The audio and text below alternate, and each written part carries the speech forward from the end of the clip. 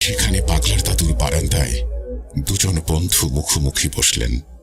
সেখানে তখনকার মতো কোনো মন্ত্র বা জাদুকরী প্রস্তুতির ঝামেলা ছিল না। শুধু পাগলার দাদুর ঐতিহ্যের প্রতীক খোদাই করা বিশাল আফ্রিকার পুরনো কাঠের হুঁক্কাটি বের করা হলো, যা প্রজন্ম ধরে এই আফ্রিকান প্রবীণ কবিরাজরা গভীর আলোচনা ও মনস্থির করার প্রতীকী মাধ্যম হিসেবে ব্যবহার করে আসছেন। হুক্কায় জল ভরে তাতে তামাক দেয়া হলো। লালা দাদু নলটি হাতে তুলে নিলেন। একটা লম্বা টান দিতেই হুক্কার জল গড়গড় শব্দ করে উঠল, আর সেই সাথে ধোঁয়ার মেঘ বারান্দার আলো আঁধারিতে ছড়িয়ে পড়ল। এই ধোঁয়ার ঘন ঘূর্ণির মধ্যে যেন দুজনের মাথায় ঘুরতে থাকা জটিল টেনশনগুলো উড়িয়ে দেওয়ার চেষ্টা চলছিল। ধোঁয়ার রিংগুলো মিলিয়ে যাচ্ছিল রাতের আকাশে, কিন্তু তাদের অভিজ্ঞ চোখে ফুটে উঠছিল এক অজানা বিপদের ছায়া। তাহলে মনু তার প্রতিশোধের খেলা শুরু করেছে। হুক্কার নলটা বাগলার দাদুর দিকে এগিয়ে দিয়ে লালা দাদু বলেন, আমারও তাই মনে হয়। বাগলার দাদু বললেন, মনু এবার নিশ্চয়ই কোনো মায়াবিদ্যা জানা মহাশক্তিধর জিনকে ব্যবহার করছে, যে আমাদের চোখকে ফাঁকি দিচ্ছে। তারপর সত্যি কি চোখকে ফাঁকি দিয়ে আড়ালে ঘটছে অনেক কিছু? Welcome back. আপনাদের সবাইকে স্বাগত জানাচ্ছি আমি রাসেল। আশা করছি আপনারা সবাই ভালো আছেন, ভালোর দলে আছেন। আমিও ভালো আছি আর ভালোর দলে আছি। নতুন একটা ঘটনায় যাব, আশা করছি প্রথম থেকে শেষ পর্যন্ত শুনবেন এবং ভালো লাগবে আপনাদের। আসসালামু আলাইকুম রাসেল ভাই। জিজ্ঞেস করব না কেমন আছেন, কেননা আমরা জানি যে শত ঝামেলার মধ্যেও আপনি সর্বদাই আল্লাহর রহমতে ভালো থাকেন। আজকে যে ঘটনাটা শেয়ার করব সেটা আমার নিজের সাথেই ঘটে যাওয়া একটা ঘটনা, তাই কথা না বাড়িয়ে সোজা ঘটনার দিকে যাওয়া যাক। সময়টা জানুয়ারি মাসের শেষের দিকে। তখনও হালকা শীত শীত ভাব আছে। ভোর 6টার দিকেও রাত রাত একটা ভাব। সন্ধ্যায় যেমন আলো ছায়ার মিশ্রণে হালকা অন্ধকারাচ্ছন্ন একটা ভাব থাকে, ঠিক সেরকমই। প্রাইভেট কোম্পানিতে জব করার কারণে মাঝে মাঝে আমাদের নাইট শিফটেও কাজ করতে হয়। সেদিনও আমার নাইট শিফট ছিল। রাত 3টার পর আর তেমন কোনো কাজ ছিল না, তাই বাকিটা সময় বসে বসেই পার করতে হচ্ছিল। এবং তেমন প্রেশার না থাকায় সেদিন আমি ভোর 5:30টায় অফিস থেকে বের হয়ে যাই। অফিস থেকে বের হয়ে বাসে উঠে যাই। ভোরের দিকে রাস্তা ফাঁকা হওয়াতে বনানী থেকে খিলক্ষেত যেতে আমার বেশি সময় লাগে না। 10 মিনিটের মধ্যে আমি খিলক্ষেত নেমে যাই। অতঃপর আমি ওভারব্রিজ পার হয়ে খিলক্ষেত বাজারে চলে আসি রিক্সা নেওয়ার জন্য। এই সময়টা ভালোই লাগছিল আমার কাছে। আবছা আবছা অন্ধকার, এর মধ্যে হালকা একটা শীতল বাতাস। আমি বাজারে এসে একটা রিক্সার কাছে যেয়ে রিক্সাওয়ালাকে জিজ্ঞেস করলাম, মামা, উত্তরপাড়া যাবা? আমার কথায় রিক্সাওয়ালা যেন কিছুটা বিরক্ত হলো এবং বিরক্তি নিয়ে আমার দিকে তাকিয়ে আমাকে ইশারা দিয়ে রিক্সায় উঠতে বলল। এখানে রিক্সাওয়ালার একটু বর্ণনা দেই। বয়স 40 কি 45 হবে। স্বাস্থ্য ভালো, গোলগাল চেহারা, মাথায় চুল কম এবং মুখে খোঁচা খোঁচা কাঁচা পাকা দাড়ি। পরনে একটা সোয়েটার পরা। অন্ধকারের কারণে কালারটা প্রপারলি বুঝতে পারিনি, কিন্তু ডার্ক কালার হবে। এবার আসি মূল ঘটনায়। আমি রিক্সায় উঠে বসি। বাজার থেকে আমার বাসায় যেতে 10-15 মিনিটের মতো লাগে। রিক্সা চলছে। আমার যেহেতু স্মোক করার অভ্যেস আছে, তাই আমি একটা সিগারেট ধরিয়ে নিলাম এবং সিগারেট খেতে খেতে ওয়েদারটা উপভোগ করতে করতে আমি যেতে লাগলাম। সিগারেট শেষ হতে হতে আমার বাসার সামনে চলে আসলাম। আমি রিক্সা থেকে নেমে ওয়ালেট থেকে টাকা বের করে ভাড়া দেওয়ার জন্য রিক্সাওয়ালাকে বললাম, মামা, ভাড়াটা নাও। ভাড়া নেওয়ার জন্য রিক্সাওয়ালা আমার দিকে তাকানোর পর আমি যা দেখলাম সেটার ব্যাখ্যা আজ পর্যন্ত আমার কাছে নেই। দেখি যে রিক্সাওয়ালা সেই আগের 40-45 বছরের মামা না, চেঞ্জ হয়ে গেছে। 20-22 বছরের একটা ছেলে, পরনে সাদা টি শার্ট। আরও অবাক করা বিষয় হচ্ছে রিক্সাওয়ালাও খুব অবাক চোখে আমার দিকে তাকিয়ে আছে। দুজনেই যেন কোনো হিসাব মিলাতে পারছি না। নীরবতা ভেঙে রিক্সাওয়ালা ছেলেটা আমাকে জিজ্ঞেস করলো, মামা, আপনি আমার রিক্সায় উঠছিলেন? আমার তো মনে হইতেছে আমি কোনো মুরব্বীরে লয়ে আইছি। ছেলেটার কথা শুনে তখন সবকিছু যেন আমার কাছে একটা ঘোরের মতো লাগছিল। তাই আমি আর কোনো কথা না বলে ছেলেটার হাতে ভাড়াটা দিয়ে সোজা বাসায় ঢুকে গেলাম। এই ছিল আমার সাথে ঘটে যাওয়া সম্পূর্ণ বাস্তব একটা ঘটনা। জানি না এটা কোনো ভয়ানক ঘটনা কিনা, কিন্তু আজ অবধি এটার রহস্য আমার কাছে রহস্যই থেকে গেছে। আমি চাই আমার ঘটনাটি আপনি পড়ে শোনান এবং আশা করি আপনি সবসময় ভালো থাকবেন। সকল লিসেনারদের যেন আল্লাহ ভালো রাখেন। ভূত.com-এর প্রতি রইল শুভকামনা। আসসালামু আলাইকুম। তারপরে তিনি তার নাম লিখেছেন আজমির হোসেন বিশাল। থ্যাংক ইউ সো মাচ আপনাকে এই ঘটনাটি পাঠানোর জন্য। আশা করছি যারা শুনলেন তাদেরও এই ঘটনাটি ভালো লেগেছে। আমরা চলে যাব আমাদের পরবর্তী ঘটনায়। Come back. আশা করছি আপনারা সবাই ভালো আছেন এবং ভালোর তলে আছেন। আমিও ভালো আছি আর ভালোর তলে আছি। আপনারা সবাই আফ্রিকার কালো জাদু সম্পর্কে জানতে চেয়েছেন, শুনতে চেয়েছেন নতুন কোনো ঘটনা। আমরাও দেরি না করে জানিয়েছিলাম মেহেদী হাসানকে এবং তিনি অলরেডি একটা ঘটনা পাঠিয়ে দিয়েছেন। সেই ঘটনাটাই আজকে পড়ে শোনাবো আপনাদের। চলুন শুরু করা যাক। যেভাবে লেখা আছে আমি সেভাবেই পড়ে শোনাচ্ছি। প্রিয় রাসেল ভাই এবং লিসেনার্স, আসসালামু আলাইকুম। আশা করছি আপনারা সবাই সুস্থ আছেন এবং সর্বদা ভালোর তলে আছেন। আমি রাসেল ভাই এবং ভূত.com-এর একনিষ্ঠ ভক্ত মোহাম্মদ মেহেদী হাসান লিখছি সংযুক্ত আরব আমিরাতের দুবাই শহর থেকে। শুরুতেই আমার পক্ষ থেকে রাসেল ভাই, গোলাম রাব্বি ভাই সহ ভূত.com টিমের সকল সদস্য, প্রিয় লিসেনার্স, সবার প্রতি ভালোবাসা এবং শ্রদ্ধা সালাম জানাচ্ছি। আজকের এই ঘটনাটি আমি কোনো বাড়তি ভূমিকা দিয়ে শুরু করতে চাই না, কারণ এই ঘটনার কেন্দ্রবিন্দুতে রয়েছেন দুজন বিশিষ্ট মানুষ, বাগলার দাদু ও লালা দাদু, যাদের ঘটনা আপনারা অনেকে পছন্দ করেছেন। এই ঘটনাটি পশ্চিম আফ্রিকার দেশ গাম্বিয়ার একটি উপকূলীয় অঞ্চলে ঘটেছিল। তবে ঘটনাটি কার কাছ থেকে সংগ্রহ করেছি সেটা না বললেই নয়। আজকের ঘটনাটি আমি সংগ্রহ করেছি আমার আফ্রিকান বন্ধু চুকসের কাছ থেকে। চুকস বাগলার দাদুর নাতি। ঘটনাটা আমি যেভাবে শুনেছি ঠিক সেভাবেই সাজিয়ে আপনাদের সামনে উপস্থাপন করার চেষ্টা করছি। রাত তখন গভীর। আকাশে চাঁদ থাকলেও তার আলো যেন ঘরের ত্রিসীমানায় আসতে সাহস পাচ্ছে না। চারিদিকে কেবল অশুভ শক্তির চাপা শব্দ। লিসার পিতৃগৃহে আসন পেতে বাগলার দাদু আর লালা দাদু যখন লিসাকে দেখলেন, তাদের অভিজ্ঞ চোখ এক পলকে বুঝে গেল এ কোনো সাধারণ রোগ নয়। লিসার উপরে ভয়ঙ্কর কালো জাদু করা হয়েছে। লিসার শরীর শুকিয়ে কাঠ হয়ে গিয়েছিল, সেই সাথে বাসা বেঁধেছিল বহু রোগ। কাল বিলম্ব না করে দুই বন্ধু মিলে প্রস্তুত হলেন গুরুত্বপূর্ণ আচারের জন্য। লিসাকে রাখা হলো মাঝখানে আর তার চারপাশে টানা হলো গণ্ডি। বাগলার দাদু ও লালা দাদু নিজেদের আসনে বসলেন। তাদের সামনে সাজানো হলো এই গুরুত্বপূর্ণ আচারের উপকরণ। তার ভেতরে ছিল মানুষের মাথার খুলি, মোমবাতি, অজানা গাছের ডাল, ছাই, একটি ঢোলের মতো বাদ্যযন্ত্র এবং রং। প্রথমে গণ্ডির চারপাশে মোমবাতি জ্বালিয়ে নিলেন দাদুরা। তারপর মানুষের মাথার সেই খুলির ওপর রং আর ছাই মিশিয়ে নিলেন। এরপরে বাগলার দাদু মন্ত্র পড়তে শুরু করলেন।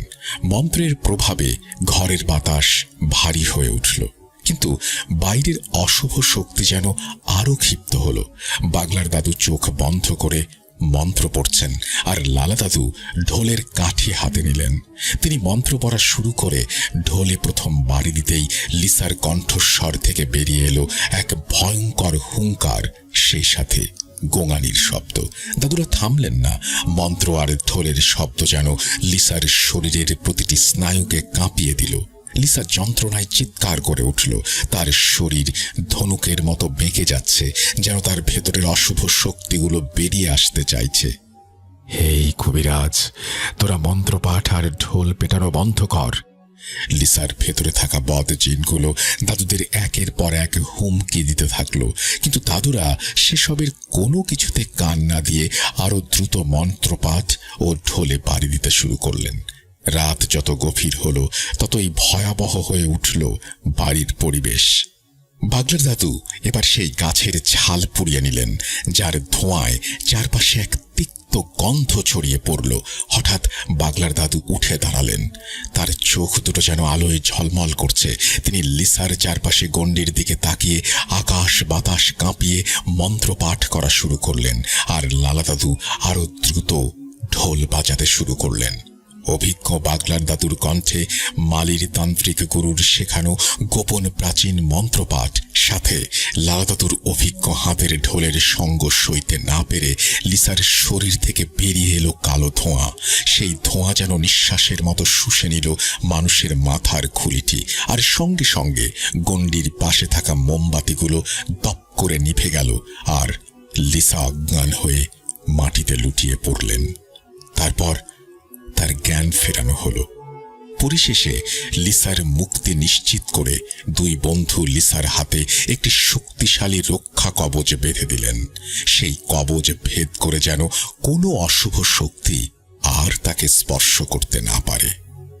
2005 সালের এক কালো রাত পেরিয়ে অবশেষে স্বস্তির নিঃশ্বাস ফেললেন দুটি প্রাণ। ততক্ষণে পূবের আকাশে ভোরের আলো ফুটতে শুরু করেছে। দাদুরা সব কাজ শেষ করে লিসাদের বাড়ি থেকে বিদায় নিলেন। সেই ক্লান্তিকর ও এক কঠিন রাত পেরিয়ে বাগলার দাদু ও লালা দাদু গ্রামের পুরনো বিশাল এক গাছের নিচে এসে বসলেন। দুজনের চোখে এখনো রাতের ঘোর লেগে আছে। শরীর জীর্ণ দেখলেও তাদের ভেতরের শক্তি ছিল অটল। তারা নীরবে বসেছিলেন। সকালের স্নিগ্ধ বাতাস তাদের জীর্ণ শরীরে শান্তির পরশ বুলিয়ে দিচ্ছিল। লালা দাদু পকেট থেকে বিড়ি বের করে ধরালেন, আর বাগলার দাদু চোখ বন্ধ করে বাতাসের স্বাদ গ্রহণ করছিলেন। সেই সংক্ষিপ্ত শান্তি ভঙ্গ হল শুকনো পাতা ভাঙার মর্মর শব্দে। দাদুরা সেই দিকে তাকাতেই হেঁটে আসতে দেখা গেল এক অপরিচিত অবয়বকে। পথ ধরে এগিয়ে আসছে মনু কবিরাজ। তার পরনের কাপড় এলোমেলো, চোখ দুটো রক্তের মতো লাল, আর মুখে লেপ্টে আছে এক ভয়ানক তিক্ততার ছাপ। বাগলার দাদুর অভিজ্ঞ চোখ বলে দিল মনুর উদ্দেশ্য ভালো নয়। তিনি আলতো করে লালা দাদুর হাতে চাপ দিলেন। লালা দাদুও বুঝলেন। তিনি বিড়িতে একটা লম্বা টান দিয়ে ধোঁয়া ছাড়লেন, যেন সেই ধোঁয়ার আড়ালেই নিজের ক্রোধ লুকিয়ে ফেললেন। মনু কবিরাজ ঠিক তাদের সামনে এসে দাঁড়ালো। তার চোখ দুটো ছিল তিরস্কারে ভরা। তা যেন দাদুদের বিশ্রামকে অপমান করতে চাইছে। মনু কবিরাজ উপহাস করে বলে উঠলেন, আরে বাগলার আর লালা, এই সাত সকালে তোমাদের দুজনকে দেখছি একসঙ্গে বেশ হাওয়া খাচ্ছ। নিশ্চয়ই রাতটা অনেক কঠিন গেছে তোমাদের। মনুর কণ্ঠে ছিল তিক্ত ব্যঙ্গ। সে দাদুদের সফলতাকে তুচ্ছ করতে চাইছে। সাথে সাথে তেলে বেগুনে জ্বলে উঠলেন লালা দাদু।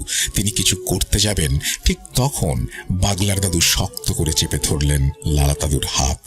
তিনি শান্ত নজরে মনুর দিকে তাকালেন আর বললেন, আমরা হাওয়া খাচ্ছি।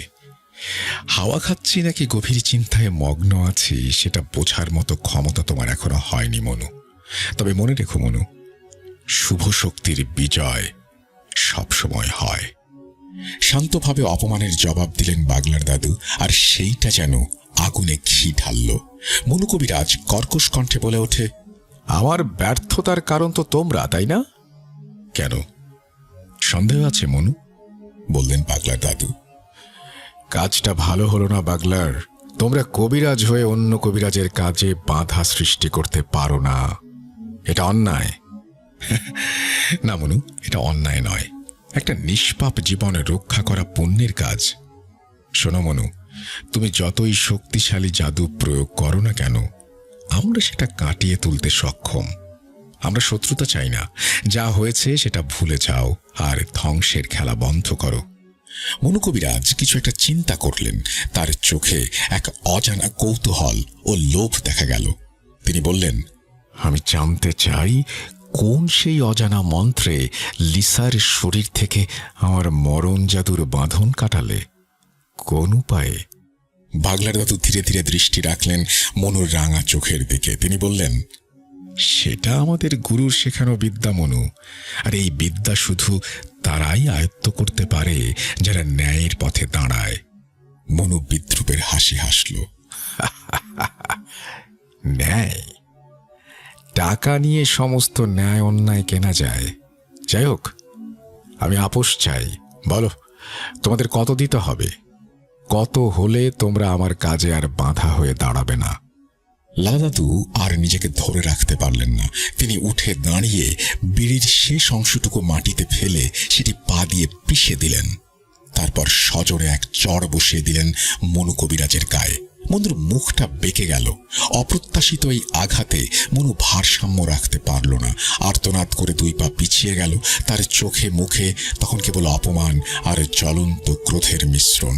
লালা দাদু অগ্নি চোখে মনুর দিকে তাকালেন, তারপর গর্জন করে উঠলেন, এইটুকু যথেষ্ট নয় নাকি আরো চাই? তোমার সাহস হয় কি করে আমাদের এই জঘন্য প্রস্তাব দেয়ার? আমরা জীবনের পরোয়া করি না, আর আমরা আমাদের এই দীর্ঘ কবিরাজি জীবনে আমাদের বিবেক বিক্রি করিনি কখনো। মনু কবিরাজ লালা দাদুর দিকে তাকিয়ে কেবল বিষাক্ত সাপের মতো ফোঁস ফোঁস করছে। ক্রোধে তার শরীর কাঁপছিল, তার রক্ত লাল চোখগুলো যেন প্রতিশোধের আগুনে ভরা। এতক্ষণে পাগলার দাদু শান্তভাবে পরিস্থিতি পর্যবেক্ষণ করছিলেন, কিন্তু এবার আর লালা দাদুকে থামালেন না। তিনিও লালা দাদুর পাশে দাঁড়ালেন। মনু কবিরাজ দাঁত কড়মড় করে চাপা কণ্ঠে শাসিয়ে উঠল, পাগলার, লালা, এই অপমানের দাম তোমাদের দিতে হবে। আমি তোমাদের দেখে নেব, তোমাদের সব অহংকার আর ন্যায়ের বড়াই সব চূর্ণ করব। আমিও মনু কবিরাজ, জাদুবিদ্যায় কোনো অংশে কম না।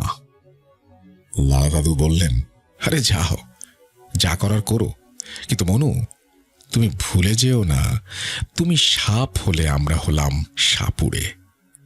আমরা যদি একবার খেলার মাঠে নেমে যাই তাহলে তোমার পতন অনিবার্য। গোল না করে আমরা উঠব না। মনু আর এক মুহূর্ত সেখানে দাঁড়ালো না। অপমান আর লজ্জায় সে দ্রুত চলে গেল। মনু চলে যাওয়ার পরে লালা ও বাগলার দাদু কিছুটা শান্ত হয়ে সেখানে নীরবে বসে থাকলেন আরো কিছুক্ষণ। সকালের স্নিগ্ধ বাতাস আবার বইতে শুরু করলেও পরিবেশের শান্তি যেন চুরমার হয়ে গিয়েছিল। বাগলার দাদুর চোখে ছিল গভীর দুশ্চিন্তার ছাপ। লালা দাদু তার বন্ধুর দিকে তাকালেন। চিন্তা করিস না বাগলার, ও শুধু ফাঁকা আওয়াজ ছাড়ছে। বাগলার দাদু দীর্ঘশ্বাস ফেলে বললেন, না লালা, এবারের আওয়াজটা ফাঁকা নয়। মনুর চোখে যে প্রতিশোধের আগুন দেখলাম, ও এবার এমন কিছু করবে যা আমাদের ধারণার বাইরে। ওর অহংকার আর লোভ ওকে পাগল করে তুলেছে।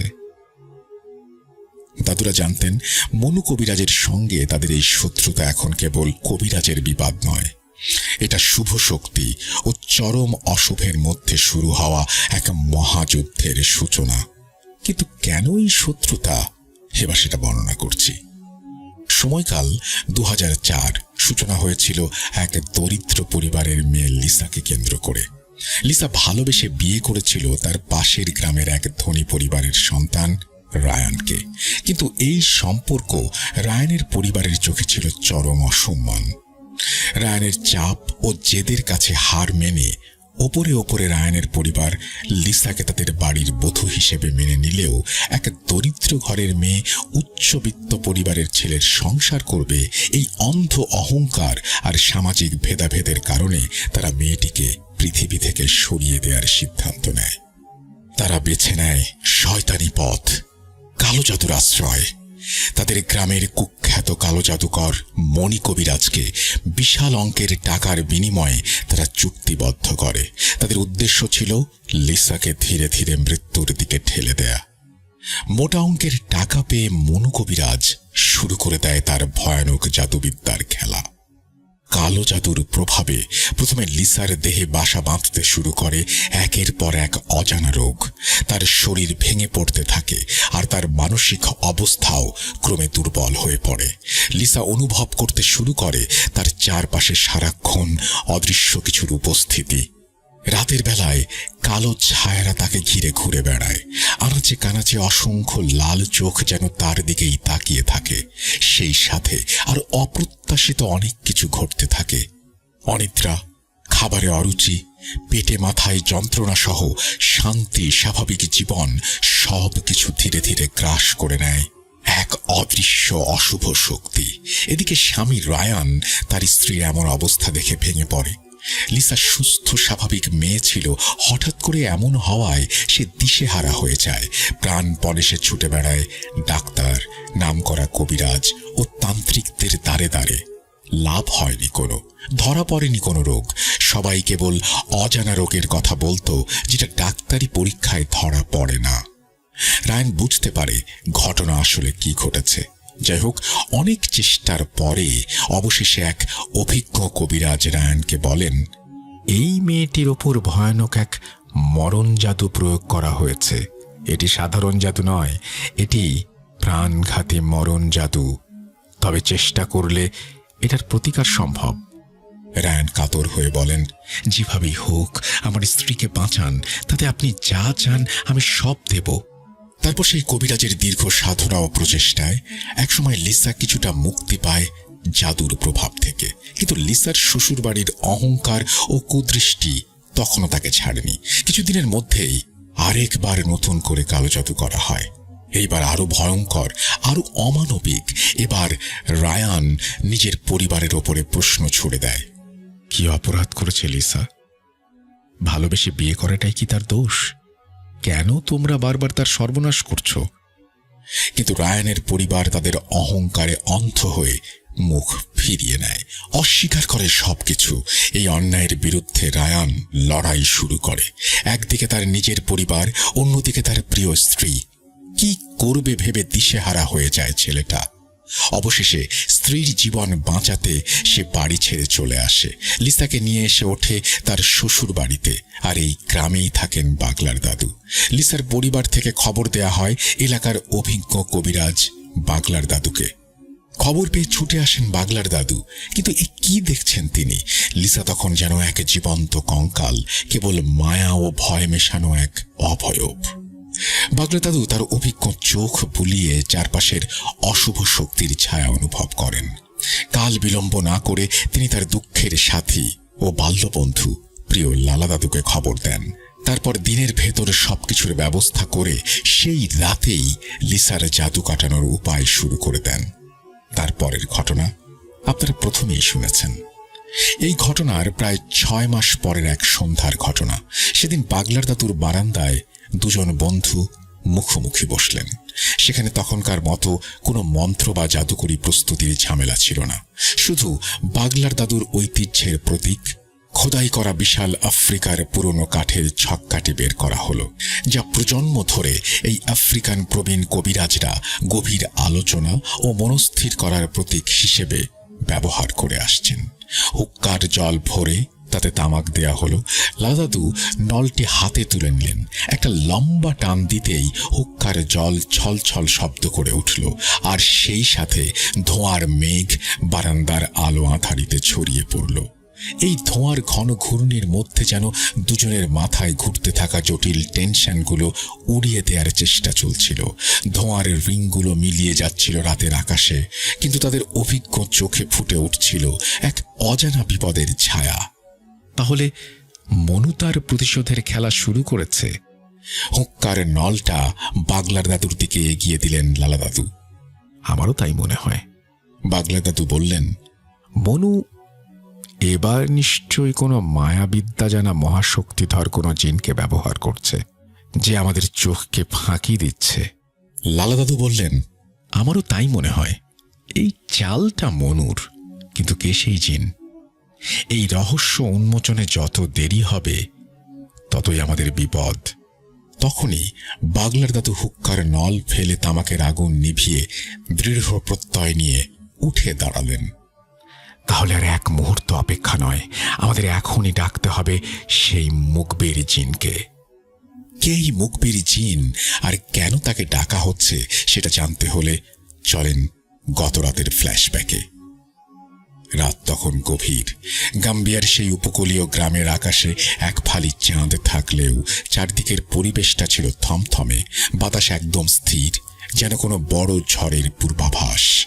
রাত যখন আনুমানিক 2টা, তখন লালা দাদুর কাঁচা ঘুমটা হঠাৎ ভেঙে গেল। দরজার ওপাশ থেকে খুব চেনা একটা কণ্ঠস্বর ভেসে আসছে। কণ্ঠটা তার বাল্যবন্ধু বাগলার দাদুর। লালা দাদু কিছুটা অবাক হলেন। মনে মনে ভাবলেন, এই অসময়ে বাগলার কেন? তিনি তড়িঘড়ি করে দরজা খুলে বাইরে পা রাখলেন। চোখ চোখের মণিগুলো ঘষে দেখতে পান সামনেই দাঁড়িয়ে আছে বাগলার দাদু, কিন্তু তার দাঁড়ানোর ভঙ্গিটা আজ কেমন যেন অদ্ভুত, একদম মূর্তির মতো স্থির। চাঁদের আবছা আলোয় লালা দাদু খেয়াল করলেন বাগলারের চোখের মণি দুটো স্বাভাবিক নয়, বরং অন্ধকারে দুটো জ্বলন্ত কয়লার মতো লালচে আভা ছড়াচ্ছে। লালা দাদু বিস্ময় নিয়ে জিজ্ঞেস করলেন, কিরে বাগলার, এত রাতে তুই?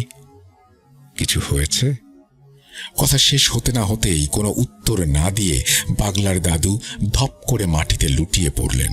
তখনই লালা দাদু আতঙ্কিত হয়ে বন্ধুকে ধরতে যেই না হাত বাড়ালেন, অমনি তার সারা শরীরে 1000 ভোল্টের বিদ্যুতের মতো এক তীব্র ঝাটকা লাগলো। এক অদৃশ্য শক্তি তাকে ছিটকে পেছনে ফেলে দিল। লালা দাদুর অভিজ্ঞ চোখ এবার জহুরির মতো সত্যটা ধরে ফেলল।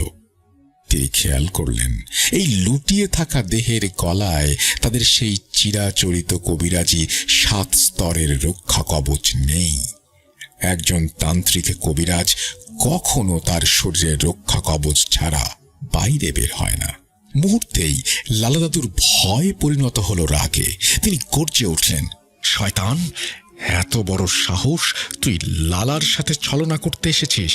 আজ তোকে জ্বালিয়ে ছাই করে দেব।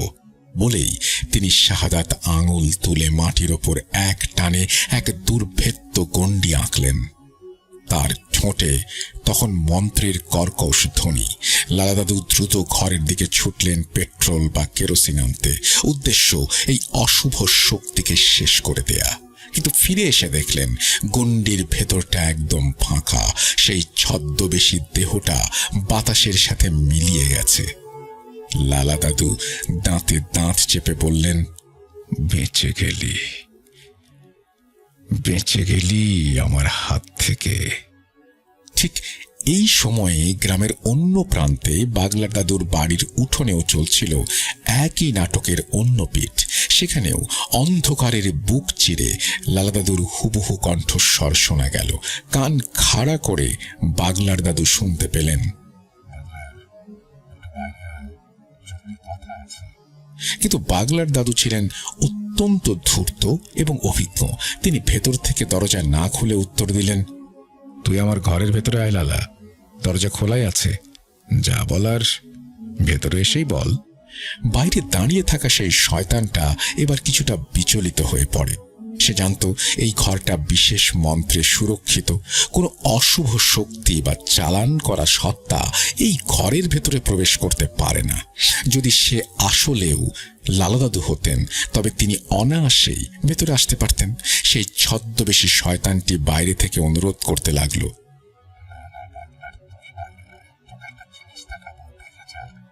বাগলা দাদু এবার নিশ্চিত হলেন এবং চালাকি করে একই কথা বারবার বলতে লাগলেন, একদম না, আমার শরীর ভালো নেই, তুই ভেতরে এসে দেখা, আমি বাইরে যাব না। শত চেষ্টায় ব্যর্থ হয়ে এইবার সেই অবয়বের কণ্ঠস্বর পাল্টে গেল। লালা দাদুর মিষ্টি কণ্ঠস্বর মুহূর্তেই এক বিভৎস দানবীয় গর্জনে পরিণত হল।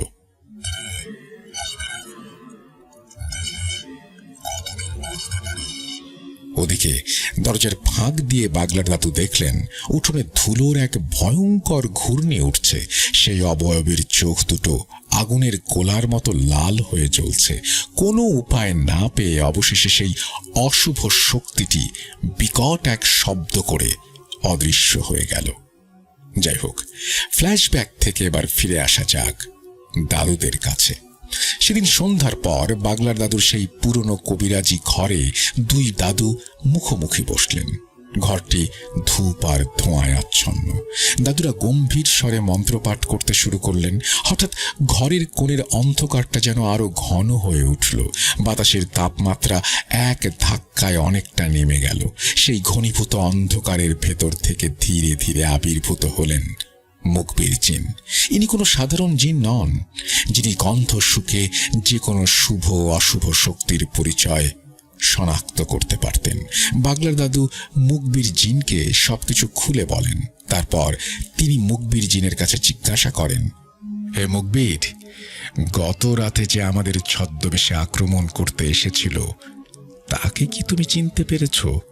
কে সে? প্রশ্ন শুনে মুখবির জিন কিছুক্ষণের জন্য সেই গাঢ় অন্ধকারে মিলিয়ে গেলেন।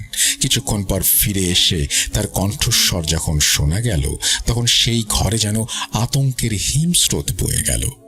মুখবির বললেন, এ কোনো সাধারণ শত্রু নয় পাগলার, এ হলো সেই রক্তচোষা পিশাচিনী যাকে তোমাদের গুরুজি প্রায় 2 যুগ আগে নিজের সাধনার জোরে একটা রূপার পাত্রে বন্দী করেছিলেন। লালা দাদু আঁতকে উঠে বললেন, হ্যাঁ, সে তো বন্দী থাকার কথা, বাইরে এলো কি করে? মুখবির জিন বলতে লাগলেন, তোমাদের গুরুজির মৃত্যুর পর তার সেই শক্তিশালী জাদুমন্ত্রের বন্ধনী কিছুটা দুর্বল হয়ে পড়েছিল, আর এই সুযোগটাই নিয়েছে ধূর্ত মনু কবিরাজ। সে কোনোভাবে জানতে পেরেছিল যে তোমাদের গুরুজির হাতে বন্দী হয়ে আছে এক অতি শক্তিশালী পিশাচিনী, যে তোমাদের ঘোর শত্রু। মনু তাকে মুক্তি দিয়েছে এক ভয়ঙ্কর চুক্তির বিনিময়ে। সেই পিশাচিনী এখন তোমাদের ওপর প্রতিশোধ নেয়ার জন্য উন্মাদ হয়ে আছে, আর সে মনু কবিরাজের কাছে প্রতিজ্ঞাবদ্ধ। তাছাড়া তোমরা ছিলে তোমাদের গুরুজির সবচেয়ে বিশ্বস্ত শিষ্য। এখন সে মুক্তির বিনিময়ে আর পুরনো প্রতিশোধ নিতে তোমাদের হত্যা করবে, আর তিলে তিলে তোমাদের প্রাণ শুষে নেবে। ঘরের বাতাস যেন স্তব্ধ হয়ে গেল। দাদুদের অভিজ্ঞ শরীরও একবার শিউরে উঠল। কিন্তু মুখবিরের পরবর্তী কথাগুলো ছিল আরও ভীতিজনক। সাবধান থেকো তোমরা, সে এখন আগের চেয়ে অনেক বেশি শক্তিশালী।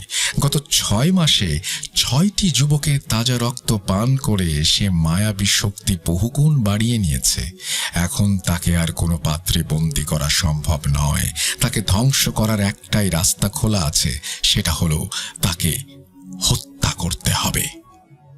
কথাটা শেষ করেই মুখবির জিন বাতাসের সাথে মিলিয়ে গেলেন। মুখবির চলে যাওয়ার পর ঘরে নেমে এলো এক কবরের মতো নীরবতা। 2 বন্ধু একে অপরের দিকে তাকালেন। চোখে আতঙ্ক থাকলেও চোয়াল শক্ত। দাদুরা এবার বারান্দায় বসে হুক্কার তামাকে আগুন জ্বালিয়ে নিলেন।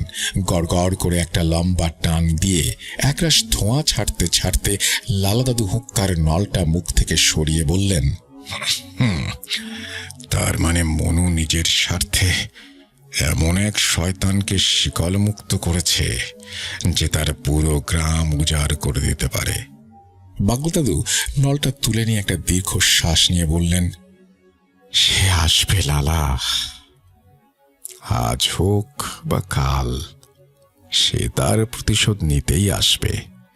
আমাদের হাতে সময় খুব কম। তারপর নেমে এলো কিছুক্ষণের নীরবতা। শুধু হুক্কার গড়গড় শব্দ আর ধোঁয়ার মাঝে গভীর চিন্তায় ডুবে থাকলেন দাদুরা। যাই হোক, অবশেষে সেই রাতের নিস্তব্ধতা ভেঙে 2 প্রবীণ কবিরাজ এক মরণজয়ী পরিকল্পনা করে ফেললেন এই ভয়ঙ্কর পিশাচিনীকে শায়েস্তা করতে। সেই পরিকল্পনা জানার আগে চলুন জেনে আসি কে এই পিশাচিনী। এই পিশাচিনী আসলে কোনো সাধারণ অশরীরী নয়। সে হলো উচ্চ স্তরের জাদুকর শ্রেণীর এক মহিলা জিন। তার সবচেয়ে বড় শক্তি হলো তার মায়াবিদ্যা। সে কেবল মানুষের চোখেই ধুলো দেয় না, সাধারণ জিনদের দৃষ্টিকেও সে অনায়াসেই ধোঁকা দিতে পারে। তার আসল রূপ দেখার ক্ষমতা খুব কম প্রাণীরই আছে। কিছু বিশেষ গুণ সম্পন্ন এবং শক্তিশালী বা তার মতো উচ্চ ক্ষমতার অধিকারী ছাড়া কেউ তার মায়াজাল ছিন্ন করতে পারে না। আর এই পিশাচিনীর বেঁচে থাকার একমাত্র জ্বালানি হলো তাজা রক্ত। বিশেষ করে প্রতি অমাবস্যার রাতে তার একটি করে সুস্থ সবল যুবকের রক্ত প্রয়োজন। এই রক্তই তাকে দান করে অসীম যৌবন আর ধ্বংস করার শক্তি। তার শিকার করার পদ্ধতিটা ছিল অত্যন্ত কৌশলী আর ছলনাময়। সে সরাসরি কাউকে আক্রমণ করত না। সে জানত তার একটি সীমাবদ্ধতা আছে, সেটি হচ্ছে যতক্ষণ না কেউ স্বেচ্ছায় তাকে স্পর্শ করছে ততক্ষণ সে তার কোনো ক্ষতি করতে পারবে না। তাই সে ফাঁদ পাতত। শিকারে বেরিয়ে সে প্রথমে কোনো যুবককে টার্গেট করত, তারপর সেই যুবকের কোনো অতি পরিচিত মানুষের রূপ ধরে তার সামনে হাজির হতো। যুবকের খুব কাছে গিয়ে সে হঠাৎ করে জ্ঞান হারানোর ভান করে মাটিতে লুটিয়ে পড়ত। যুবকটি যখন ঘাবড়ে গিয়ে কোনো বিপদ না বুঝে তাকে স্পর্শ করত, ঠিক তখনই মায়াজাল ছিঁড়ে বেরিয়ে আসতো সেই পিশাচিনী, আর মুহূর্তের মধ্যেই সে তার আসল রূপে সেই যুবকের তাজা রক্ত পান করত। তারপর প্রাণহীন দেহটা পড়ে থাকতো নিথর হয়ে। যাই হোক, বাগলার দাদুর আজ স্পষ্ট মনে পড়ছে সেই সময়ের কথা। প্রায় 2 যুগ আগে এই পিশাচিনী প্রথম এই গ্রামে উপদ্রব শুরু করে। প্রতি মাসে একজন টকবগে যুবকের রক্ত শূন্য ফ্যাকাশে মৃতদেহ উদ্ধার হতে থাকে। পুরো গ্রামে আতঙ্ক ছড়িয়ে পড়ে।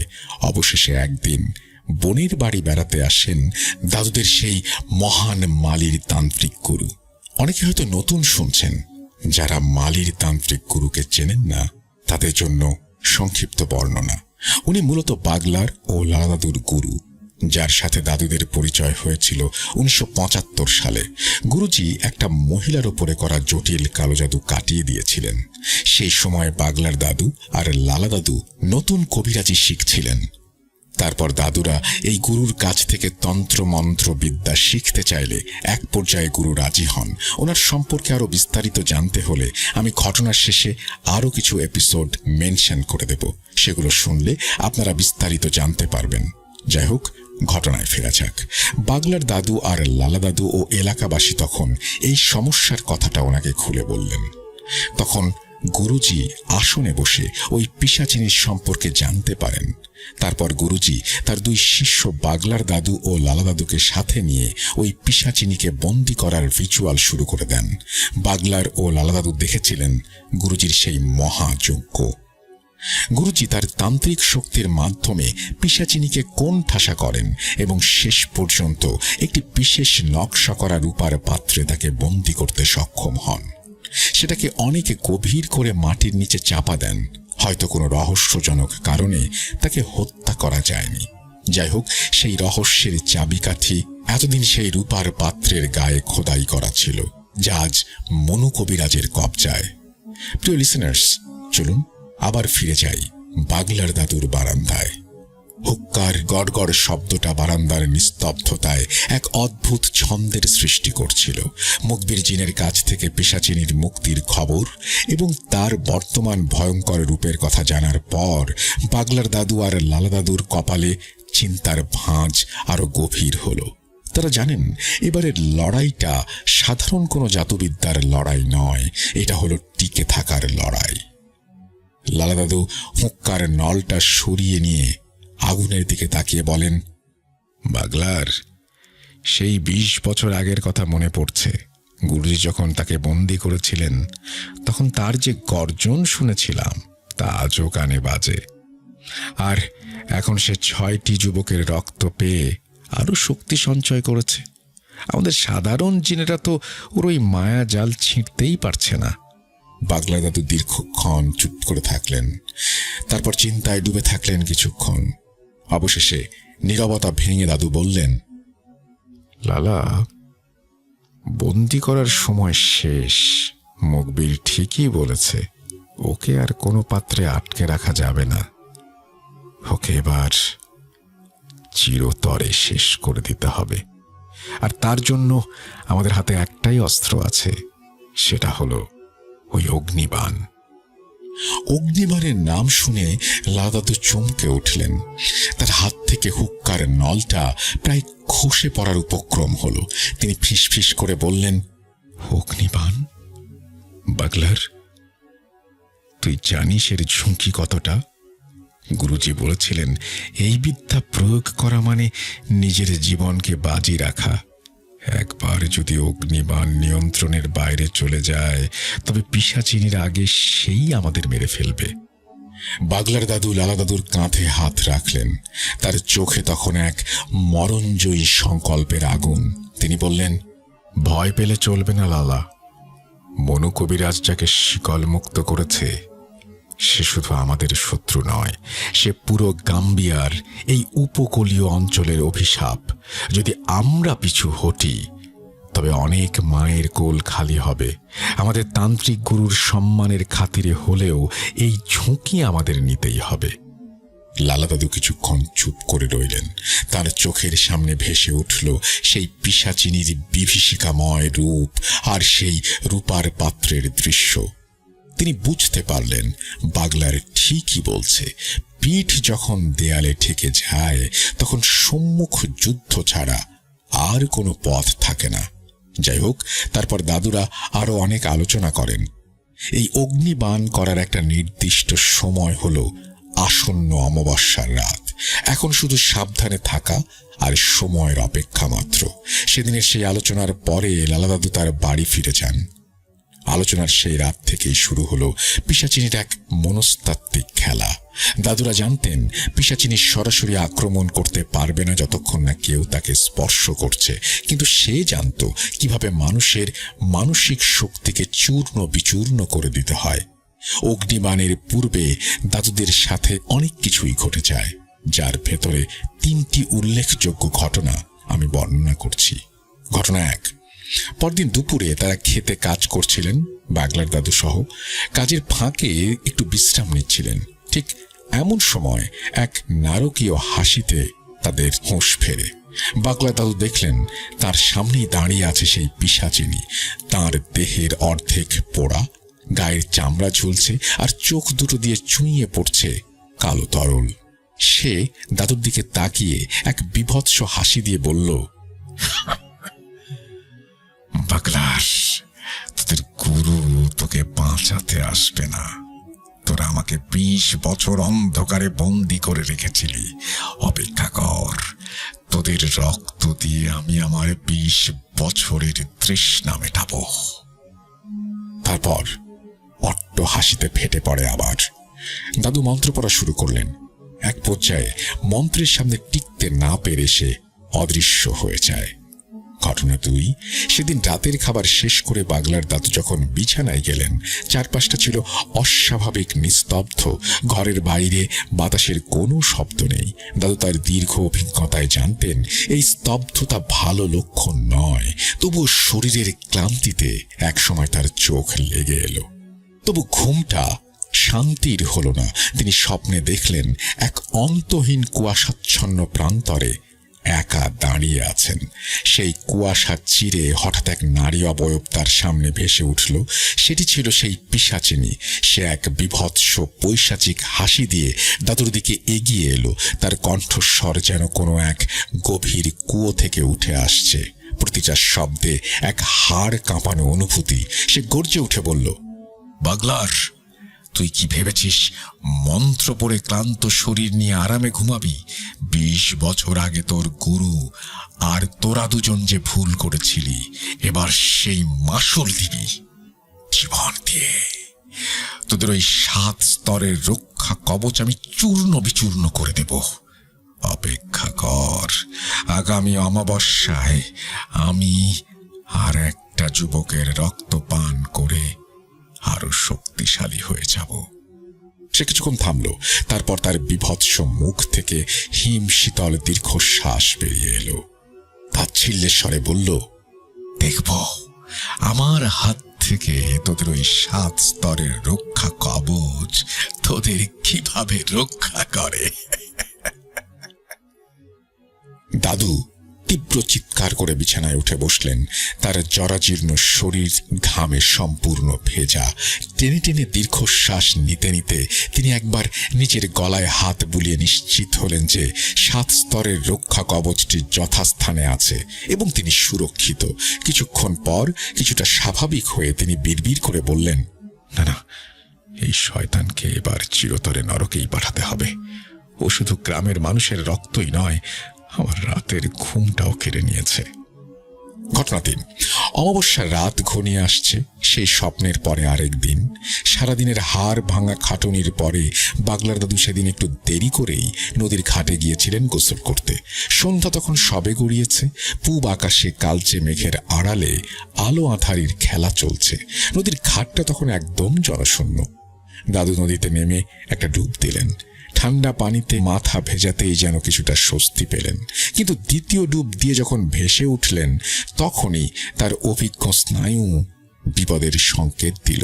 দাদু দেখলেন তার হাত থেকে মাত্র 3 হাত দূরে পানির উপর ভেসে আছে এক বিভৎস মাথা।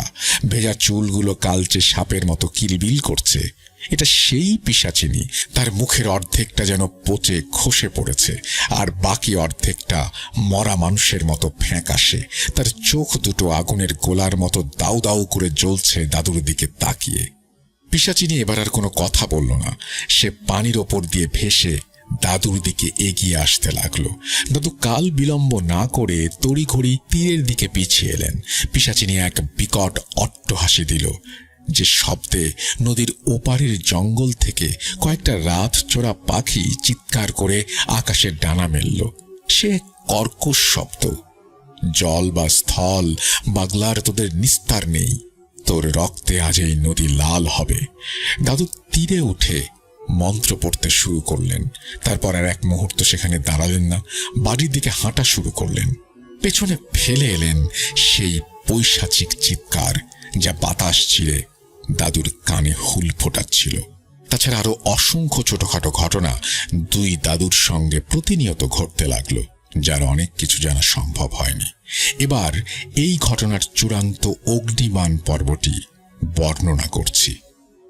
অমাবস্যার অন্ধকার রাত। গাম্বিয়ার সেই উপকূলীয় গ্রামের আকাশ জুড়ে নেমে এলো কালো অন্ধকার। বাতাস একদম স্থির, এমনকি গাছের পাতাও আজ নড়তে সাহস পাচ্ছে না। বাঁচা মরার এই চূড়ান্ত সাধনায় প্রয়োজনীয় সমস্ত উপাচার দাদুদের দিনের আলোতেই গুছিয়ে রেখেছিলেন তারা। বাগলা দাদুর উঠোনের ঠিক মাঝখানে আজ শোভা পাচ্ছে একটি প্রকাণ্ড লোহার ব্যারেল। ব্যারেলের পেটে যত্ন করে সাজানো শুকনো কাঠ আর কেরোসিন। বাগলার দাদু আগুনের শিখা ছুঁয়ে দিতেই হু হু করে জ্বলে উঠল লেলিহান শিখা। সেই আগুনের রক্তিম আলোয় যখন চারপাশ উদ্ভাসিত হলো, তখন দৃশ্যমান হলো দুই বন্ধুর ভয়ঙ্কর রূপ। বাগলা দাদু ও লালা দাদু আজ সাধারণ কোনো মানুষ নন, তারা আবির্ভূত হয়েছেন প্রচণ্ড রণমূর্তিতে।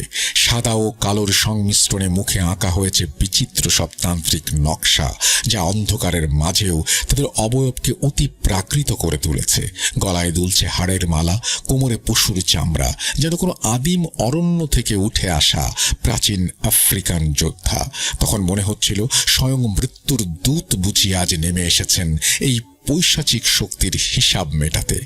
আগুন যখন চরচর করে বাড়ছে, বাগলার দাদু তখন হাতে তুলে নিলেন সেই নাম না জানা অদ্ভুত পাখিটি, যেটি এই সমস্যার সমাধানে বিশেষ উপকরণ। দাদুরা মন্ত্র পড়তে শুরু করলেন। কিছুক্ষণ মন্ত্র পড়ার পরে বাগলার দাদু ধারালো ছুরি দিয়ে পাখিটির গলা কেটে ফেললেন। টকবগে গরম রক্ত যখন ব্যারেলের জ্বলন্ত আগুনে গিয়ে পড়ল, সাথে সাথে আগুনের রং বদলে গিয়ে রক্তের মতো টকটকে হয়ে গেল। হঠাৎ সেই আগুনের শিখা যেন আকাশ ছুঁতে চাইল, আর সেই আগুনের কুণ্ডলীর ভেতর ধীরে ধীরে বেরিয়ে এলো এক বিশাল আগুনের মূর্তি। তিনি সেই অগ্নিজিন। তার চোখ দিয়ে আগুনের লাভা বের হচ্ছে। কেন আমাকে ডেকেছিস তোরা?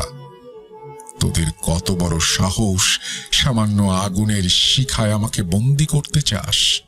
অভিজ্ঞ লালা দাদু ও বাগলার দাদু স্থির হয়ে দাঁড়িয়ে রইলেন। বাগলা দাদুর দৃষ্টি আগুনের জ্বলন্ত চোখের দিকে স্থির। তিনি বললেন, হে আগুনের জিন, আমাদের সাহায্য দরকার। এক শয়তান পিশাচিনী গ্রামের শান্তি কেড়ে নিয়েছে। তাকে ধ্বংস করতে তোমার অগ্নিবাণ ছাড়া আর কোনো পথ নেই। আমাদের সাহায্য করো। তারপর সেই পিশাচিনী সম্পর্কে সবকিছু খুলে বললেন। অগ্নিজিন সব শুনলেন, কিন্তু সাহায্য করতে নারাজ। অগ্নিজিন রাগে ফেটে পড়ল। সাহায্য? আমি তোদের হুকুম পালন করার জন্য আসিনি।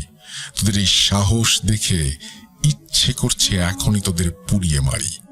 ঠিক তখনই বাগলার দাদু এক বুদ্ধির চাল চাললেন। তিনি বললেন, হয় আমাদের সাহায্য করো, ওই পিশাচিনীকে শেষ করো, না হলে আমার এই নিষ্পাপ পাখির প্রাণ ফিরিয়ে দাও। আমরা কবিরাজ, আমরা বৃথা উৎসর্গ করি না। হয় তুমি কাজ করো, নয় প্রাণ দাও। অগ্নিজিন এক মুহূর্ত থমকে গেল। কিছুক্ষণ চুপ থেকে এসে গম্ভীর হয়ে বলল, ঠিক আছে বাগলার, তোদের জেদ আর সাহসের কাছে আমি পরাজিত। আমি তোদের কাজ করে দিচ্ছি, কিন্তু মনে রাখিস এটাই শেষ। এরপর যদি ভুলেও আমাকে ডাকার সাহস করিস, তবে তোদের হাড় গোড়ো খুঁজে পাওয়া যাবে না। আমি তোদের জীবন্ত পুড়িয়ে মারব। কথাটা শেষ হতেই অগ্নিজিন অদৃশ্য হয়ে যায়। কিন্তু ব্যারেলের আগুন তখনও জ্বলছে। তার কিছুক্ষণ পর হঠাৎ আকাশ থেকে এক মরণ চিৎকার ভেসে আসে। দাদুরা দেখলেন অদৃশ্য এক হাত যেন ওই পিশাচিনীকে চুলের মুঠি ধরে শূন্যে টেনে নিয়ে আসছে। পিশাচিনী বাঁচার জন্য অনেক ছটফট করলো, কিন্তু সেই শক্তির হাত থেকে রেহাই পেল না। পর মুহূর্তেই অদৃশ্য সেই হাতটি পিশাচিনীকে ছুঁড়ে মারল ব্যারেলের ওই জ্বলন্ত আগুনের ভেতর।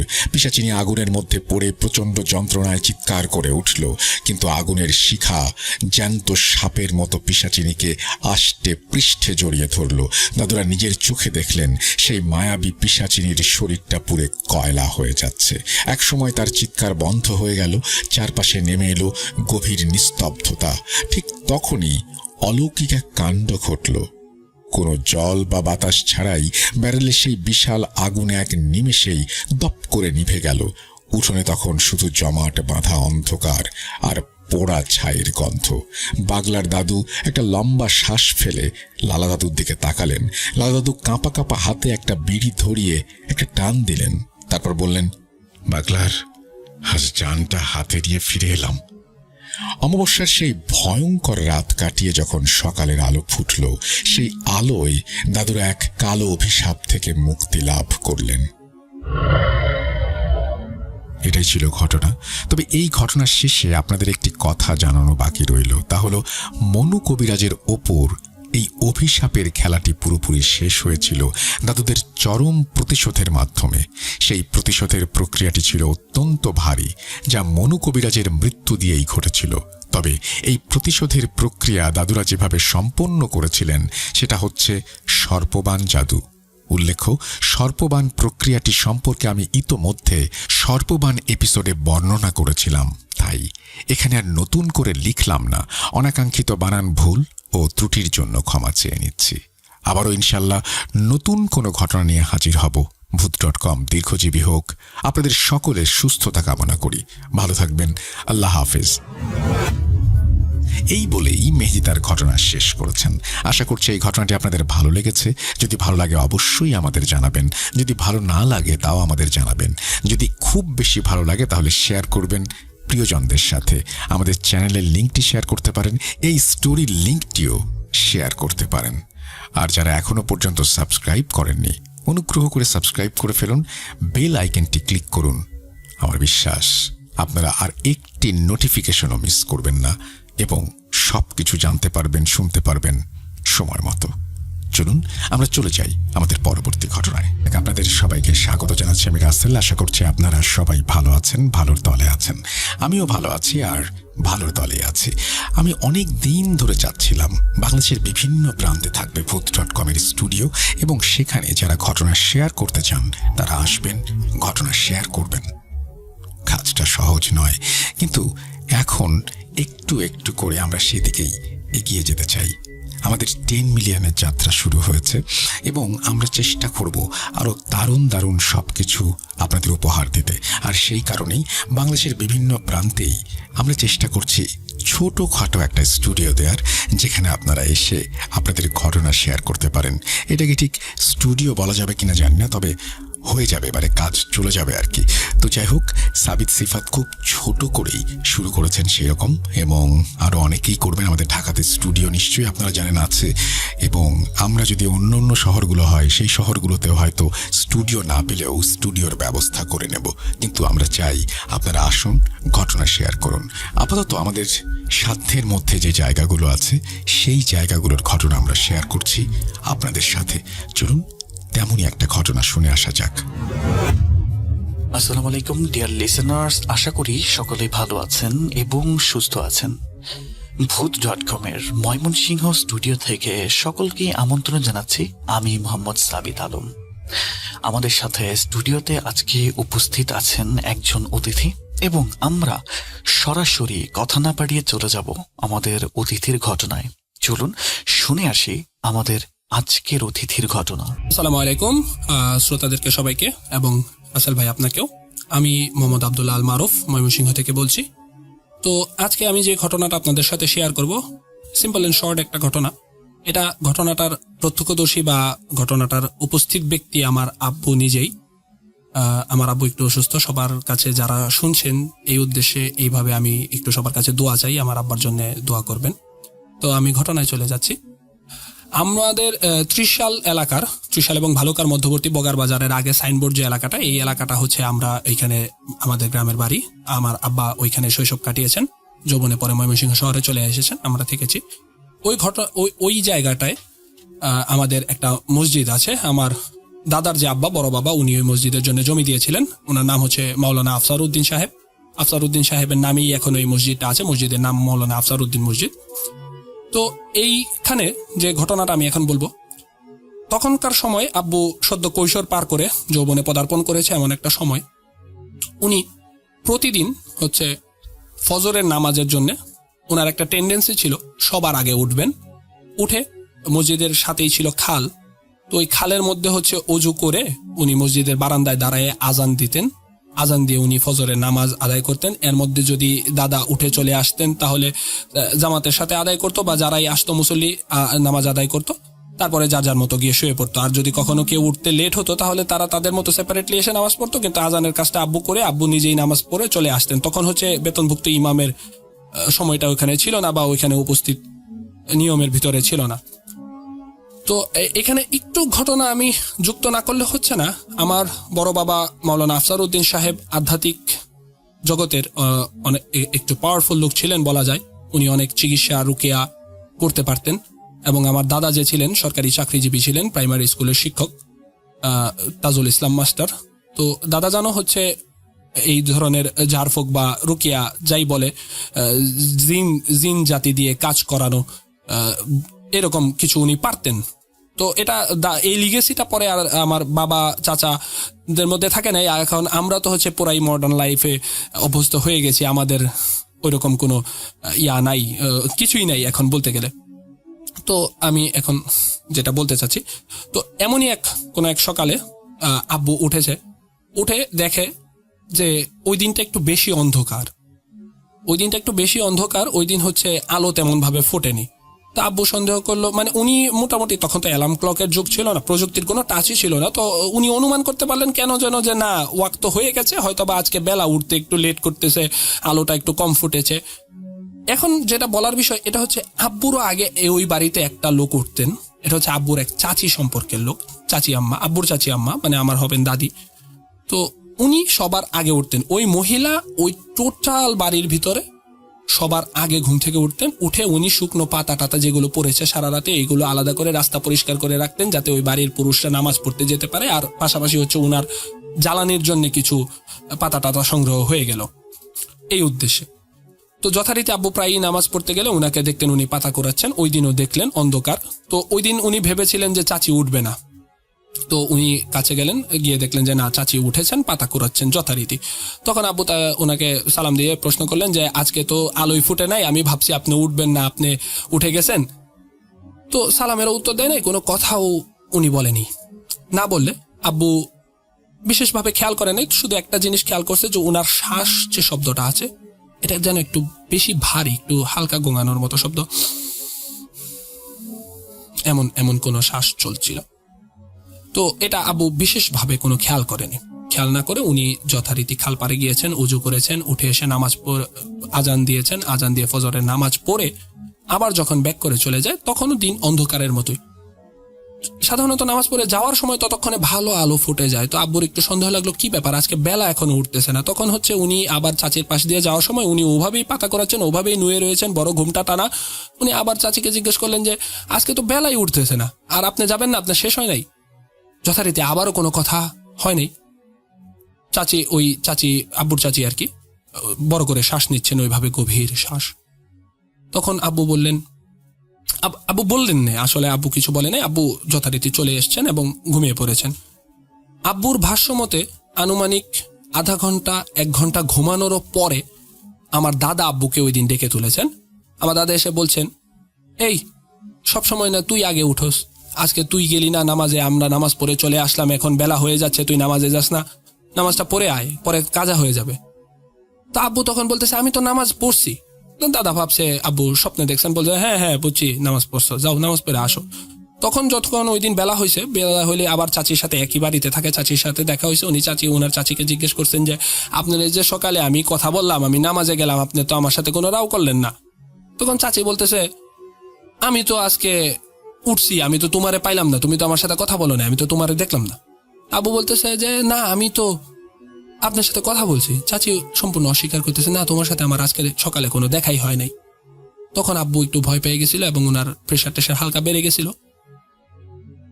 তারপরেও ঠিক হয়ে গেছে। তো এরকম অশরীরী কোনো সমস্যা হতে থাকে আমাদের আশেপাশে, বা আমরা তো এটা অস্বীকার করলে চলবে না যে জিন যে থাকে জাতির আমাদের এই পাশে সহাবস্থান, তারা বিভিন্ন সময় বিভিন্ন রূপ ধারণ করে থাকেন। এমনই কিছু একটা হয়তো ওই দিন হয়ে গেছে, অমীমাংসিত রয়ে গেছে। ঘটনা বলার জন্য আমার আব্বা এখনো আছেন। আমি আবারও আমার আব্বার জন্য দোয়া চেয়ে ঘটনা এখানে শেষ করে দিচ্ছি। সবাই ভালো থাকবেন। আসসালামু আলাইকুম। থ্যাংক ইউ মারুফ, আপনাকে আবারও ধন্যবাদ জানাচ্ছি আমাদের সাথে আজকে ঘটনা শেয়ার করার জন্য। ধন্যবাদ সকলকে। আমি মোহাম্মদ সাবিত আলম স্টুডিও থেকে আজ আবার বিদায় নিচ্ছি। আসসালামু আলাইকুম। রাসেল ভাই, আপনাকে এবং আপনার যত শ্রোতা বন্ধু আছে তাদের সকলকে আমার নমস্কার, আসসালামু আলাইকুম এবং শুভেচ্ছা জানিয়ে আমি একটি ঘটনা শেয়ার করতে চাই। জানি না আপনার পছন্দ হবে কি না, কিন্তু আমি অনেক দিন যাবৎ এই ঘটনাটা মনের ভেতর রেখেছি। ভেবেছিলাম যে বলবো কি বলবো না, কারণ কিছু কিছু ব্যাপার আছে আসলে এটার সাথে যে জড়িয়ে আছে।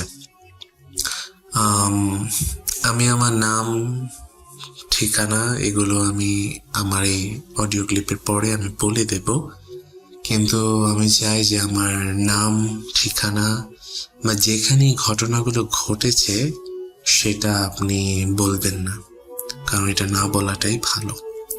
ঘটনাটা যে অনেক তার মানে গভীর এরকম কোনো কিছু নয়, বলা যায় সাধারণ, কিন্তু যখন আমার সাথে এটা ঘটেছিল তখন আমি ঠিক বুঝতেও পারিনি। আবার যাদের সাথে আমি ঘটনাটা শেয়ার করেছি তারা যেভাবে আমাকে ব্যাখ্যা দিয়েছে আমি সেটাই শুধু বলতে চাই।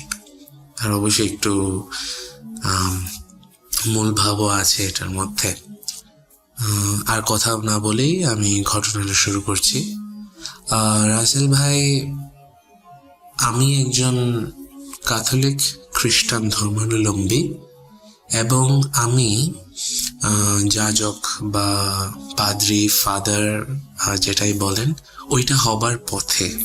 আমি ওই উদ্দেশ্যেই যাত্রা করেছি এবং এটা আমার 7ম বছর যে আমি এই ফাদার হওয়ার জন্য পড়াশোনা করছি। বর্তমানে আমি বাংলাদেশ থেকে দূরে আছি।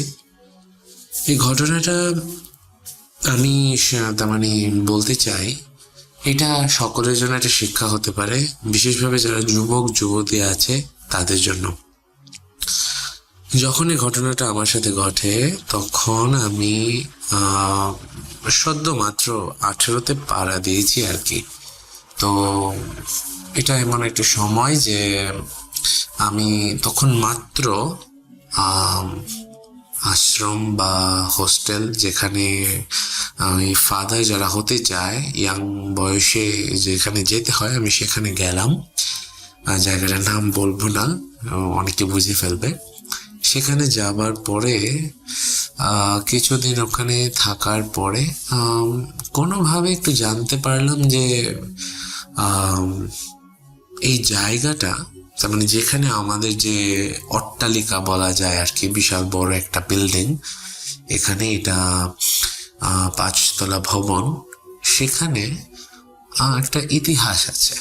ইতিহাসটা ছিল যে ওই স্বাধীনতার পূর্বে যখন আমেরিকান, কানাডিয়ান ফাদাররা ফ্রান্স থেকে বা বিভিন্ন জায়গা থেকে ওনারা যখন আসলেন এবং ওনারা যখন বাণী প্রচার করতে লাগলেন, তখন তাদের জায়গা জমিন ছিল না।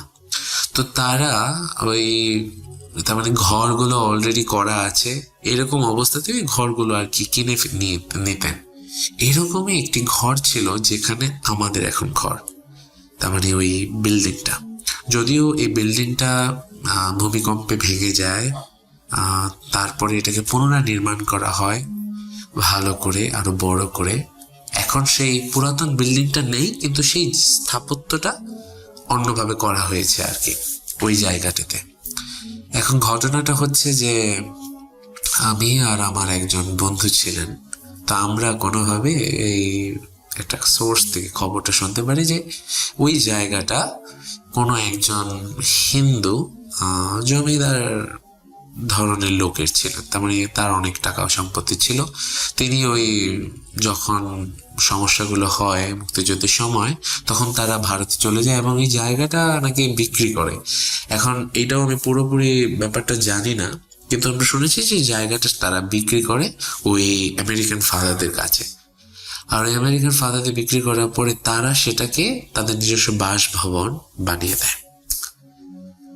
তো এই ভবনটাতেই এখন তো আমেরিকান ফাদাররা খুব কম, বাংলাদেশের ফাদাররাই বেশি। তা আমিও সেখানেই বেড়ে উঠছিলাম আর কি। এবং সেখানে আমার সাথে একটা ঘটনা ঘটে। আমি আমার বন্ধুর কাছে এই ব্যাপারটা সহভাগিতা করি যে দেখ আমি এরকম শুনলাম। পরে ও বললো, ও আবার একটু ঠাট্টার ভাবেই নিল। ও চিরকাল মনে করে যে ও নাকি এগুলো ডিটেক্ট করতে পারে। তো আমাকে বললো হ্যাঁ আমারও মনে হয়েছে। পরে আমি বললাম যে তাহলে তো একটু সেফ থাকতে হয়, আরো বেশি বেশি প্রার্থনা করতে হবে। কারণ যেহেতু আমরা প্রার্থনার জায়গায়, আমাদেরকে এনকারেজ করায় প্রার্থনা করার জন্য। তো এখানে হয় কি, আমরা দুজন এই ব্যাপারটা নিয়ে কথা বলছিলাম। তখন আমাদের তো একটা নিজস্ব একটা নিয়ম কানুন আছে ওখানে। ওই নিয়ম অনুসারে সকলে তখন টিভি দেখছিল। এরকম প্রায় 9:30টার দিকে সকলে টিভি দেখছিল। তো আমরা দুজন কি কারণে জানি সেই দিন তার মানে কোনো একটা অ্যাসাইনমেন্ট ছিল না কি, এখন মনে পড়ছে না, আমরা স্টাডি হলে গিয়েছি। আমাদের রীতিমতো দূরত্ব, ওই স্টাডি হলে ডেস্কগুলো দূরে দূরে। তো প্রায় 2টো ডেস্ক পরে ওর ডেস্ক, তারপরে আমি। এখন আমি ওখান থেকে বলছি, এই ঘটনাটা তো একটু গা ঝমঝম লাগছে, আমার বেশি একটা ভালো লাগছে না এরকম শুনলাম। এখন আমার ছাদে যেতেও ভয় করে। পরে ও বললো যে আমার এখনো ভয় শুরু হয়নি, কিন্তু এখন এই ব্যাপারটা সত্য কিনা এটাও তো বোঝা কষ্টকর। তখন আমি বললাম যে না, আমি তো শুনেছি জমিদারের মেয়ে নাকি এখানে আত্মহত্যা করেছিল, এরপরেই নাকি জমিদার বিক্রি করেছিল। এরকম যদি কিছু হয় তাহলে তো সমস্যা। আমি জানি না আপনি বিশ্বাস করবেন কিনা, তখন শীতের দিন ছিল, জানালা দরজা রীতিমতো বন্ধ করা, দরজাগুলো ভিজিয়ে রাখা হয়, কোনো ফ্যান নেই, দেওয়ালে পেরেক ভালো করে আটানো আছে। এবং সেখানে আমরা যেটাকে তার মানে শ্রদ্ধা ভক্তির সাথে দেখি, একটা ক্রুশ, যেখানে ওই যিশু তার মানে ঝুলে আছে, ওরকম একটা ব্যাপার। 2টো ক্রুশ, এটা তার মানে কাঠের খোদাই করা 2টো ক্রুশ, এটা 2 দিকে আছে একটি দেওয়ালে। আপনি বিশ্বাস করবেন না, আমরা ওই দিকেই চেয়ে আছি, আর সাথে সাথে ওই 2টো ক্রুশ ঠাস করে ভেঙে পড়ে গেল একই সাথে। আপনি বিশ্বাস করবেন না, আমরা সেখানে ছিলাম, আমরা দুজন দেখছি আশপাশ দিয়ে টিকটিকি আঘাত করলো কিনা, কিন্তু দেখলাম ওই পুরো দেওয়ালটা, ওখানে কোনো জায়গা নেই যেখানে টিকটিকি ঢুকে যাবে অন্য কোনো জায়গায়। দেওয়ালটা পুরো ফাঁকা, তার মানে পুরো দেওয়ালে আর কিচ্ছু নেই, শুধু 2টি ক্রুশ ঝুলেছিল। এই 2টো ক্রুশ একসাথে ভেঙে পড়ে গেল। এখন এইটা দেখে আমরা দুজন একজনের দিকে দেখে আমরা দুজন 2 দিকে দৌড় দেওয়া শুরু করলাম। দৌড় দেওয়া শুরু করার পরে আমরা দুজন আমাদের যেখানে আমাদের প্রার্থনার জায়গা, আমরা সেটাকে চ্যাপেল বলি, আর বাংলায় বলা হয় গির্জিকা, আমরা সেখানে ঢুকলাম। এবং সেখানে গিয়ে আমরা তো তার মানে ভয় পেয়েছি। তো আপনাদের যেমন আয়াতুল কুরসি আছে, আমরা আমাদের যে প্রার্থনা আছে ওই hour father who art in heaven, ওগুলো আমরা বলা শুরু করলাম। এইটার পরে অনেক কিছু চেঞ্জ হয়ে যায় আর কি, তার মানে ভয়ের ব্যাপারটা আরো বেশি কাজ করতে লাগলো। তো এটা ছিল প্রথম ঘটনা, যেটা 2 জন আমরা প্রত্যক্ষদর্শী একই সাথে দেখেছি। এরপরে যে ঘটনাটা ঘটেছে সেটা সম্পূর্ণ আমার সাথে ঘটেছে। ঘটনাটা বলার আগে অবশ্যই বলতে চাই, যাদের বিশ্বাস করার তারা করবে, কিন্তু আমি জানি আমি সেদিন কি অনুভব করেছি। অনুভব বলছি কারণ সবকিছু অনুভূতি ছিল, কিছু দেখিনি। এরকমই একটি দিন, কিন্তু সেই দিন এটা ছিল 10টার সময়। আমাদের 3টে ডরমিটরি আছে। এখন যারা ডরমিটরি বোঝেন না, বড় জায়গাতে যখন অনেকজন থাকে তখন ডরমিটরি বা ডর্ম বলা হয় এটাকে, অনেকগুলো বেড একসাথে থাকে। আমাদের ওই রুমে ছিল আমাদের 10টা বেড। এটা যথেষ্ট বড় একটা জায়গা। মনে করেন একটা বাস্কেটবল কোর্ট যেরকম বড় হয়, রীতিমতো অনেকটা ওরকমই, যথেষ্ট বড় একটা জায়গা। এখন সেখানে আমাদের সবার বেড, আমার বেডটা আর আমাদের ডরমিটরির দরজা। আমাদের ডরমিটরির দরজার দুটো অংশ, তার মানে এটাকে দুই দিক থেকে খুলতে হয়। ওই বাথরুমের দরজাগুলো যেমন তার মানে একটি পাল্লা থাকে, ওরকম না, দুটি পাল্লা, যথেষ্ট বড় দরজা। এখন এই দরজাটা আমি ঢুকলাম, আমি ঢুকে তখন ভিজিয়ে রেখেছি। এখন ভিজালেও আপনাকে ধাক্কা না দিলে দরজাটা খুলবে না, আশা করি বুঝতে পারছেন, ধাক্কা না দিলে দরজাটা খুলবে না। এখন আমি হাত মুখ ধুয়ে, আমাদের টয়লেটটাও অ্যাটাচ করা, টয়লেটের দরজাটা বন্ধ, টয়লেটেও একটা কাচের দরজা দেওয়া আছে থাই গ্লাসের, তো ওই দরজাটাও বন্ধ। আমি হাত মুখ ধুয়ে পা ধুয়ে সুন্দর বেডে চলে এসেছি, ওই মশারি টাঙিয়ে আমি বেডের ভেতরে। এখন আমি শুয়েছি। এখন আমাদের কিছু প্রার্থনার রিচুয়াল আছে যেগুলো করতে হয়, আমরা করি প্রার্থনা। তো আপনাদের যেমন তসবিহ আছে, আমাদের একটি প্রার্থনা হচ্ছে রোজারি প্রেয়ার, আমরা রোজারি প্রার্থনা মালা। তো আমি ওটা করা শুরু করলাম, আমি রোজই করি, তো আমি ওটাও করা শুরু করলাম। আপনি বিশ্বাস করবেন নাকি আমি জানি না, রোজারিটা করার 15 মিনিটের মধ্যে আমি অনুভব করতে লাগলাম যে আমি কাঁপছি। তো আমি ভাবলাম যে অনেক সময় এরকম হয়, হয়তো বা ঘুম চোখে চলে এসেছে, এই কারণে আমি হয়তো একটি ঝাঁকুনি দিয়েছি, কিন্তু না, এরকম কিন্তু নয়। আমার পুরো বেডটা যে আছে এটা তার মানে প্রচন্ড ভাবে কাঁপছে, এতভাবে কাঁপছে। বেডের মধ্যে 4টি পিলার আছে, আমাদের বেডটা আয়রনের, আর ওখানে ওই যেহেতু এটা লোহার আর কি বেডটা, ওটাকে চারদিকে 4টা রড দেওয়া ওই মশারিটা টাঙানোর জন্য। এখন আমি একটু বরাবরই একটু রিলিজিয়াস টাইপের মানুষ। ওই প্রথম ঘটনার পরে ভয় পেয়ে 4টা তসবিহ আমাদের যাজক বা ফাদার দ্বারা আশীর্বাদ করে আমি রেখে দিয়েছি ওখানে। 4টা তসবিহ আমার চারদিকে, just for my belief, like it will save me, something like that, like I will be protected all over the night. এখন হলোটা কি, আমি শুয়ে আছি আর প্রার্থনাটা করছি। অনেকে বলবে যে হয়তোবা তুমি ঘুমে ঘুমে এটা অনুভব করেছো। এখন আমি যখন অনুভব করছি এরকম, তখন আমি উঠে বসেছি, রীতিমতো আমি উঠে বসেছি এবং আমি প্রার্থনা বন্ধ করে দিয়েছি। মুখ থেকে শব্দ বেরোচ্ছে না, আমি ভয় পাচ্ছি। গায়ে মানে প্রচন্ড পরিমাণে আমার ওই গায়ে যে ঝাড় কাটা আমরা বলি বা গুজ বাম্প, ওটা হচ্ছে আমার। এখন আমি তো অনুভব করতে পারছি যে কিছু একটা আছে। হঠাৎ করে আমি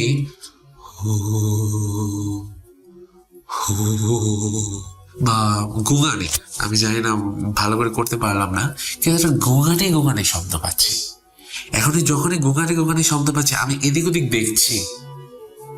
এখন যখন আমি এদিক ওদিক দেখছি, তখন আমার তো ভয় লেগে গেছে। এখন আমি লক্ষ্য করলাম যে আমি প্রার্থনা করে ছেড়ে দিয়েছি।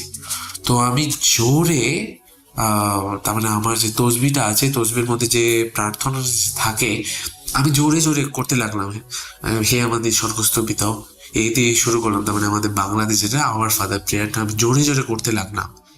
আর ওই আরেকটা প্রেয়ার আছে, ওইটা আমি জোরে জোরে করতে লাগলাম। আপনি বিশ্বাস করবেন, আমার বেড আরো ঝাঁকা শুরু হলো। এখন আমি উঠে বসেছি, রীতিমতো আমি একটা আসন করে বসে আছি এবং আমার বেডটা হচ্ছে, এবং বেডটা এত কাঁপছে। আমার ওই বেডের চারদিকে যে পিলার গুলো আছে রডের, ওইটার পিলারের আংটার মধ্যে যে রোজারি গুলো লাগানো আছে, এটা পড়ে গেল, রীতিমতো এগুলো পড়ে গেল, এত ঝাঁকি হচ্ছে।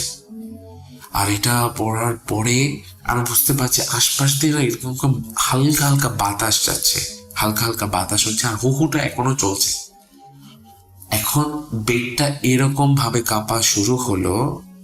আমি উঠার জন্য আমি চেষ্টা করলাম, আমার বেড এত কাঁপছে, মশারির খুঁটগুলো খুলে গেছে, আমি যে গুজিয়ে রেখেছিলাম এগুলো খুলে গেছে, এতটা ঝেঁকেছে। এবং আমি প্রার্থনা করছি, এদিক ওদিক দেখছি, আমি এমন ভাবে কাঁপছি, আমি জানি না কি হলো, আমার হাত থেকে আমার যেটা পার্সোনাল যে একটা তসবিহ আছে বা রোজারি মালাটা আছে, এটা হাত থেকে পড়ে গেল। এবং এটা হাত থেকে পড়ে যাওয়ার পরে আমার তো ভয় আরো বেশি হওয়া শুরু হয়ে গেল। আমার হাত থেকে যখন আমার রোজারি মালাটা পড়ে গেল, এইবার আমি বুঝলাম যে কিছু তো একটা আছে। হাত থেকে পড়ে গেল, আমি প্রচন্ড ভয় পাচ্ছি। তারপর আমি সাহস করে আমি প্রথমে কি করলাম, আমাদের দরজার কাছেই আমাদের ওই সুইচ বোর্ডগুলো থাকে, আমি সোজা গিয়ে প্রথমে লাইট জ্বালালাম, রুমের যতগুলো লাইট আছে সব জ্বালালাম। বেড এতক্ষণে এটা চুপ হয়ে গেছে, আমি যে বেড থেকে নেমেছি এটা চুপ হয়ে গেছে। আমি লাইট জ্বালালাম এবং যে মেইন দরজাটা আছে, শুধুমাত্র একটা এক্সিট ডোর আছে, এই exit door also I just closed it.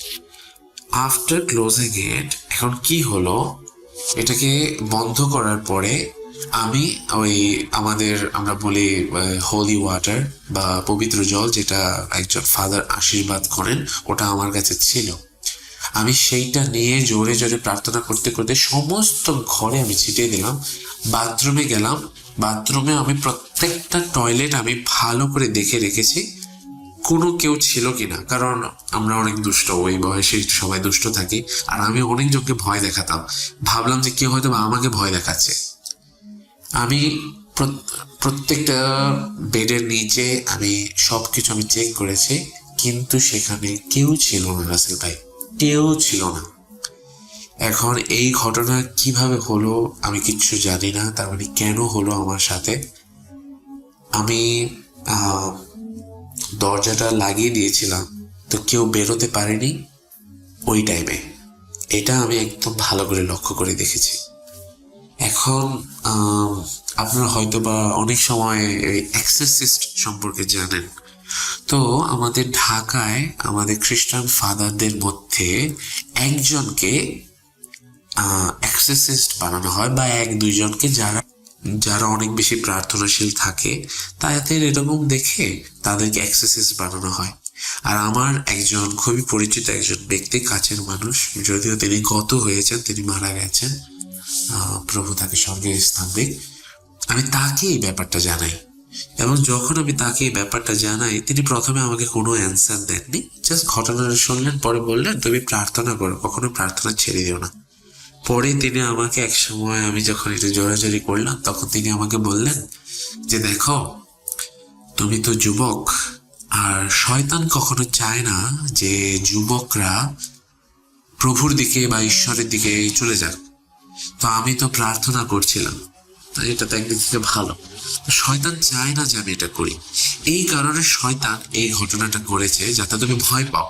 তুমি একটা জিনিস লক্ষ্য করো, তুমি যখন ভয় পাচ্ছিলে তখন তুমি প্রার্থনা করে ছেড়ে দিয়েছিলে, এইটাই শয়তান চেয়েছিল। তাই তুমি প্রার্থনা করবে এবং কখনো ভয় পাবে না। পরে আমাদের কিছু আশীর্বাদ বা দোয়া বা যাই বলেন, তিনি আমাকে ওগুলো আশীর্বাদ করেন এবং আমি বর্তমানে ভালো আছি। আমার সাথে আর এরকম কোনো কিছু ঘটেনি, যদিও আরেকটি ঘটনা আমার সাথে ঘটেছিল। যদি এই ঘটনাটা যদি সিলেক্টেড হয়, আপনি যদি আমাকে বলেন, আমি ওই ঘটনাটাও শেয়ার করব। একটি মেসেজ, ইয়াং ছেলেরা মেয়েরা অনেকে আছো, ভূতের গল্প শুনছো অনেক, এগুলো অনেকটা সত্যিকারের ব্যাপার। এগুলো আলো যখন আছে অন্ধকারও থাকে। আমি একজন ফাদার হব, তো এই ফাদার হওয়ার এসে তোমাদের বড় ভাই হিসেবে বা গাইড হিসেবে আমি শুধুমাত্র বলতে চাই, তোমাদের জীবনে প্রার্থনাকে জায়গা দিও। যদি জীবনে প্রার্থনা থাকে, তোমাদের নামাজ, তোমাদের দোয়া যাই করো, যদি এগুলো থাকে, তোমরা কখনো কোনো সমস্যায় পড়বে না। ঠিক আছে? আমি আমার ওই ঘটনা থেকে বুঝেছি যে কি হতে পারে এবং শয়তান, দিয়াবল যাই বলেন, এগুলো কিভাবে আপনাকে প্রভোক করবে, তার মানে ঈশ্বরের পথ থেকে চলে আসার জন্য। সকলে ভালো থাকুন, এই নিয়ে আমার ঘটনা আমি শেষ করছি। রাসেল ভাই, আপনাকে অনেক ধন্যবাদ, আপনি ভালো থাকবেন। আপনি আমার অনেক কাছের মানুষ, আমি মাঝে মধ্যে প্রার্থনার সময় আপনার কথাও স্মরণ করি, কারণ আপনি যেহেতু এগুলো নিয়ে বলেন, অনেক সময় আমি জানি না আপনি জানেন কিনা, একজন ফাদার ছিলেন আর কি, ফাদার গাব্রিয়েল আমোর্থ। যদি সার্চ করতে পারেন দেখেন, তিনি একজন ইটালিয়ান ফাদার,